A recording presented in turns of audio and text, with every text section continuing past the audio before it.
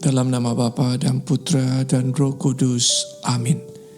Shalom Aleichem saudara-saudari, selamat datang kembali di Quiet Time with Rumah Doa Elia Bali, edisi hari Jumat tanggal 23 Mei tahun 2025. Bagaimana kabar Anda? Sehat ya? Jangan lupa untuk subscribe, like dan share jika renungan ini membantu kita untuk bertumbuh dalam iman. Terima kasih.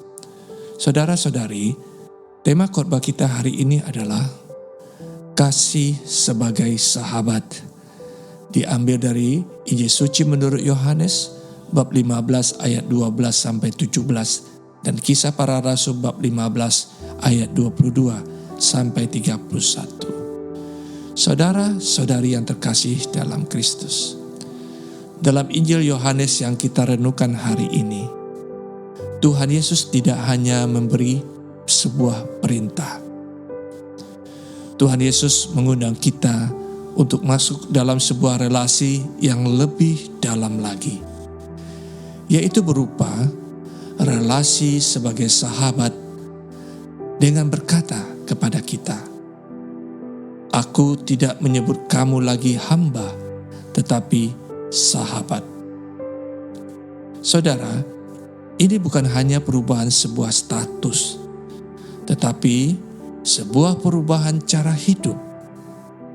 Dari seorang hamba yang taat karena takut menjadi seorang sahabat. Sahabat yang taat karena mengasihi. Dan kasih itu lahir dari sebuah relasi yang hidup, bukan dari kewajiban. Tuhan Yesus menyampaikan perintah ini kepada kita. Kasihilah seorang akan yang lain, seperti aku telah mengasihi kamu. Saudara terkasih, seorang sahabat tidak mengasihi karena dipaksa, tetapi karena ia tahu dan merasakan kasih itu sendiri. Ia memahami isi hati sang sahabat.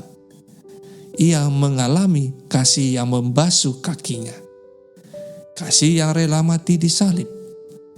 Kasih yang bangkit dan menyapa dalam damai.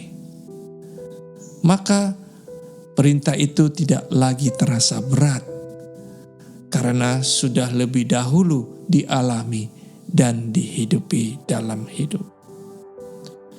Ketika sebuah perintah diikuti dengan teladan nyata, maka ia bukan lagi sebuah beban, melainkan sebuah undangan. Undangan untuk ikut ambil bagian dalam kasih yang sudah kita lihat, yang sudah kita dengar, dan yang sudah kita rasakan, yaitu dari Kristus sendiri. Saudara-saudari yang terkasih, ini adalah inti dari relasi iman kita, bukan iman yang transaksional, seperti aku taat supaya diberkati, aku berdoa supaya dilindungi, tetapi adalah iman yang personal, yaitu aku taat karena aku mengasihi, aku berdoa karena aku rindu berbicara dengan sahabatku. Dan karena itu saudara-saudari, perintah kasih menjadi misi kita sebagai sahabat-sahabat Kristus. Kita diutus untuk mengasihi bukan dalam sebuah kekosongan hati, tetapi dalam terang kasih yang telah terlebih dahulu kita alami dan diberikan kepada kita. Namun, saudara-saudari, mari kita jujur. Ternyata menghidupi kasih itu sebagai sahabat dalam dunia modern ini tidak mudah. Kita hidup di zaman ketika kasih seringkali digantikan oleh pemahaman-pemahaman logika. Ketulusan digantikan oleh egoisme. Kesetiaan tergantikan oleh kepraktisan dan instan. Kasih yang memikul salib dianggap kuno, lambat, dan tidak efisien. Tantangan kita zaman ini bukan dicambuk dan penjara, bukan dilempar batu seperti di masa Petrus dan Paulus dan murid setia lainnya. Tetapi penganiayaan dalam bentuk yang baru, yaitu kenyamanan yang menina-bobokkan dan logika dunia yang perlahan mengikis kepekaan hati kita. Yang menyedihkan lagi, saudara-saudari, hal ini terjadi bukan di luar gereja saja. Banyak dari kita yang sudah tahu dan kenal sosok Yesus justru kehilangan getaran-getaran kasih-Nya. Kita mengenal namanya, tetapi tidak lagi tinggal dalam relasi sebagai sahabat. Mengapa ini terjadi? Saudara, karena relasi itu tidak kita pelihara.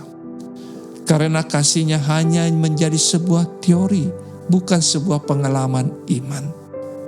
Karena juga doa yang berubah menjadi rutinitas, bukan lagi sebuah keintiman.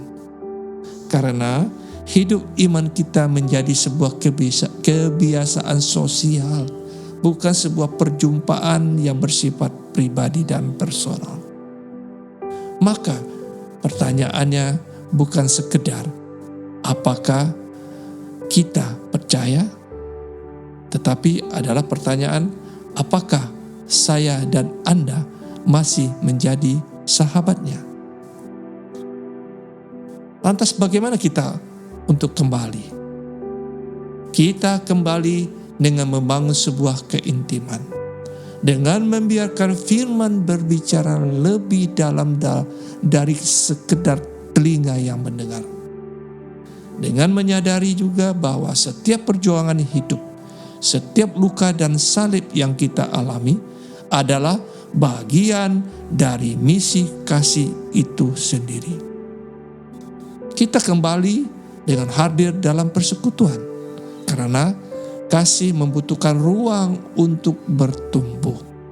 Dan kita mulai lagi mengasihi dalam tindakan-tindakan sederhana yang kecil, dalam kesediaan, dan dalam pengampunan yang walau menyakitkan, dalam ketulusan yang tidak dilihat manusia. Saudara-saudari, perintah kasih adalah kekal. Ia tidak akan pernah kehilangan relevansinya. Bahkan di zaman yang paling modern sekalipun, kasih tetap menjadi cahaya terang. Yesus berkata kepada saya dan Anda, "Kamu adalah sahabatku jika kamu melakukan apa yang kuperintahkan kepadamu." Dan perintahnya hanya satu, kasihilah seorang akan yang lain. Itulah identitas kita. Bukan sekedar orang Kristen, tetapi sahabat-sahabat Kristus. Dan seorang sahabat akan selalu memilih untuk mengasihi, walau dunia tidak mengerti. Pertanyaan refleksi kita hari ini adalah, apakah hidupku hari ini masih mencerminkan kasih seorang sahabat Kristus? Atau aku telah menjadi asing? Aku telah menjadi seorang yang asing, yang mengenal namanya, tetapi jauh dari hatinya. Kemuliaan kepada Bapa dan Putra dan Roh Kudus, seperti pada permulaan, sekarang, selalu, dan sepanjang segala abad. Amin. Dalam nama Bapa dan Putra dan Roh Kudus.